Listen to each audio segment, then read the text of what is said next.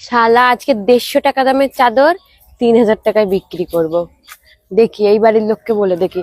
আরে চাদর নেবে নাকি? চাদর নেবে? চাদর নেবে নাকি?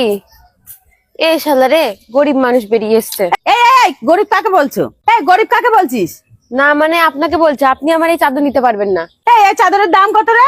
এই দাম কত আগে বলবি তো, দামটা কত বলে যা। তোমার মুখের সাথে আমার এই চাদর ম্যাচ খাচ্ছে না, থাক। এই ম্যাচ খাচ্ছে না মানে?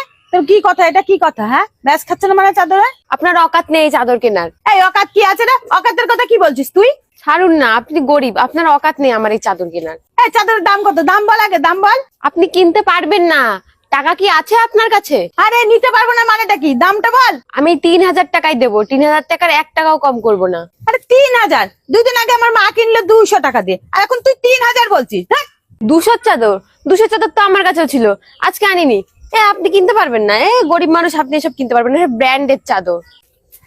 আবার উল্টো কথা, 3000 নেবো না, 500 টাকা হলে নেবো। এই যে আমি বলেছিলাম না আপনি কিনতে পারবেন না, কিনতে পারবেন না, আপনি যান যান যান। এনে নে টাকা ধর। হ্যাঁ দেন দেখি, দেন দেন। চাদর দে, সব কিনে ফেলবো সব। আমাকে গরিব দেখাচ্ছে, গরিব।